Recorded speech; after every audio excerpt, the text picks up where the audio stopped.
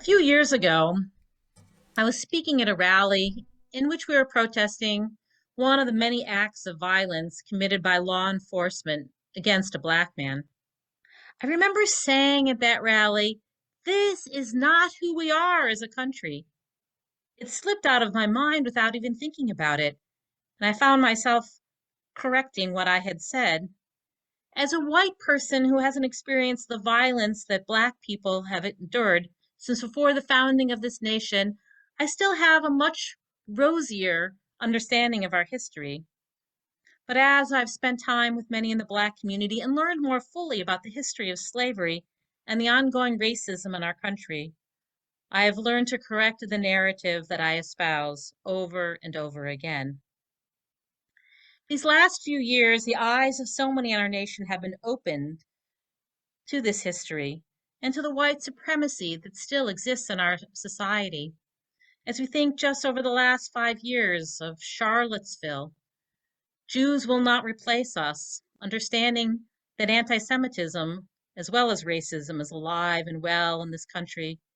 The powerful Black Lives Matter that has brought the issues in the Black community to the fore, and again in our own community, the tragic shooting in Pittsburgh.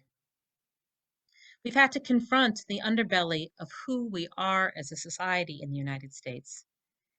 And yet, somehow, I was still surprised and horrified by what happened 1 year ago today, yesterday, on January 6th, 2021.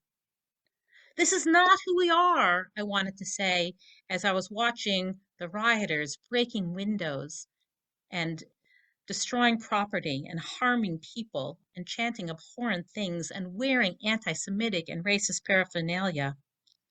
Yesterday, we commemorated the first anniversary of this violent assault on the Capitol in Washington, D.C., in the attempt to overturn the election results of a free and fair election.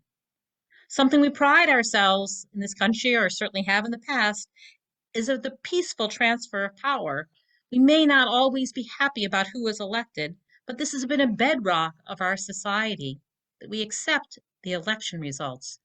We can protest and we can say that we want to have different policies in our country and that we're unhappy with the person, but to try to overturn an election, unprecedented. From November to January of last year, there were many challenges to election results that were brought in several states across the country and ultimately rejected. Some recounts were done, as we know, but no voting irregularities were verified. Yet political leaders and certain media outlets continue to fan the flames by claiming election fraud and egging a crowd of people upset by the election results to forcibly do what they had failed to accomplish through the legal system and through the voting booth. Last year, on January 6th, I wrote a note to the congregation and I quoted the book of Proverbs, that the power of life and death is in the tongue. And we have seen how people's speech has been used to stir up crowds and to instigate violence, destruction, a flagrant disregard of a core tenet of how we can be great as a society is to ensure free and fair elections with access to the polls for everyone. Unfortunately, we know that January 6th is who we are as a nation, but it's not who we are meant to be, and it's not who we need to be in the future. This week in the Torah, the Israelites begin to prepare to leave Egypt. As Rabbi Memes Folder taught us, the last three plagues are in this parsha, and also the celebration of the first Passover, which takes place between the ninth and the 10th plague. And we're 2 weeks away from reading the Ten Commandments, of arriving at Mount Sinai, when we will read, "I am Adonai your God who brought you out of the land of Egypt, the house of bondage." Why is this commandment written in this way? Why doesn't it say, "I am the eternal your God who created the world"? Why does it say, "I'm the eternal your God who brought you out of the land of Egypt"? Sfat Emet, a great 19th century Polish rabbi, explains it like this.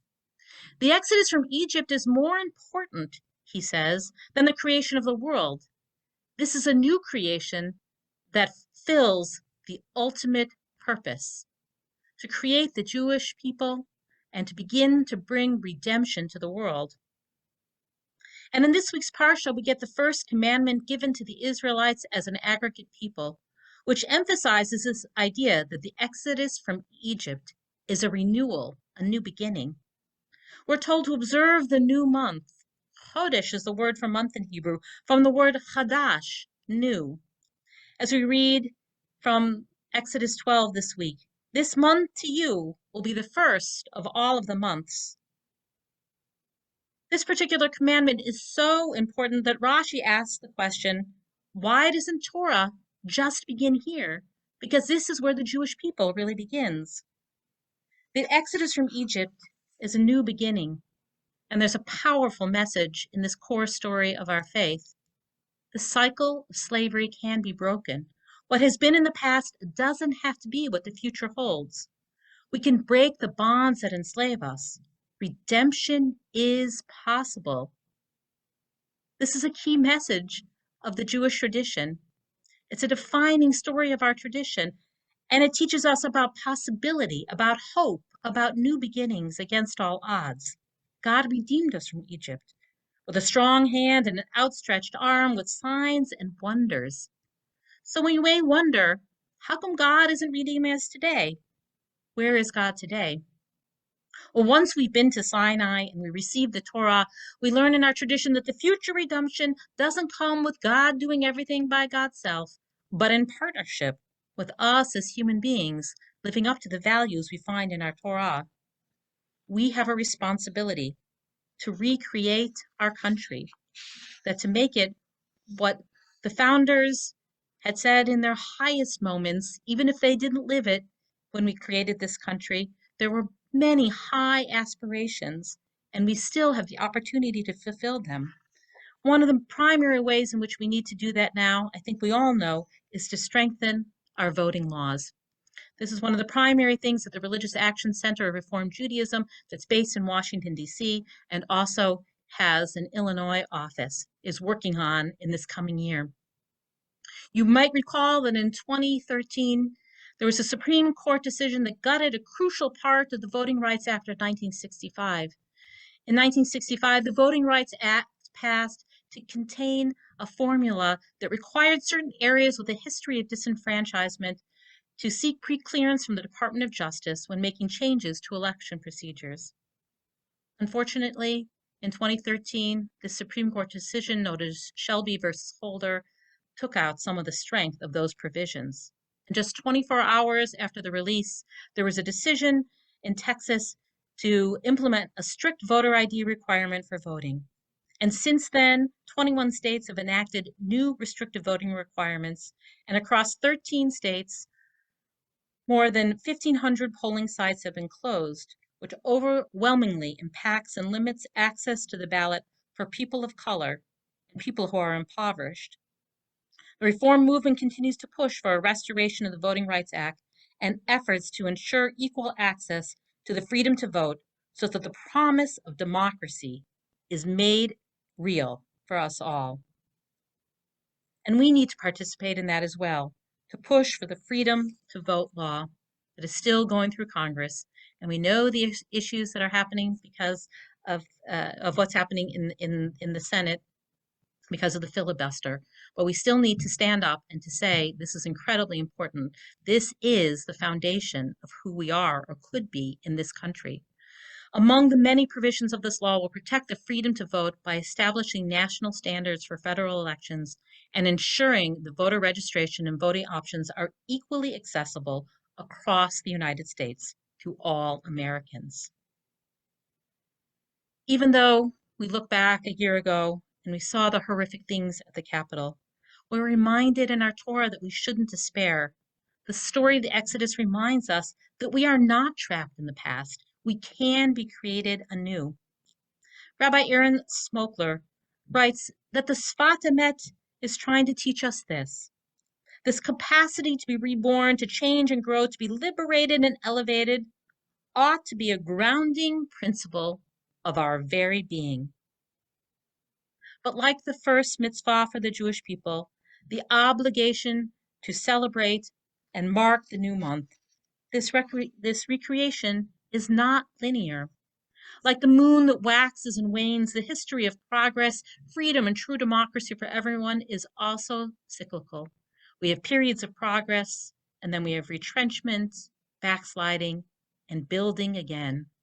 Rabbi Smokler continues, like the moon, we can build toward fullness over and over again, no matter how many times we shrink in between. And so when we see the pictures of what happened on January 6th and hear the disheartening news about how difficult it is to pass this legislation so that we have free and fair elections and access to the polls for everyone, we need to remember what we learn in this week's Torah portion. When things are waning in our society, we must not give up hope. We know that our society can wax again. With this faith and our commitment that a better, more just, and peaceful society is possible, we can and must work together to build it.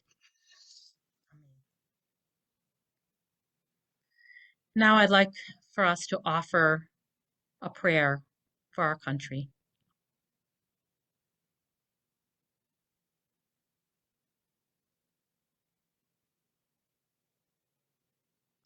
When evil darkens our world, let us be the bearers of light.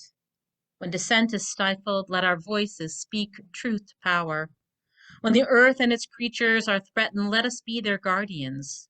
When bias, greed, and bigotry erode our country's values, let us proclaim liberty throughout the land. In the places where no one acts like a human being, let us bring courage. Let us bring compassion. Let us bring humanity. Amen. As we now rise together as we are able for Aleinu.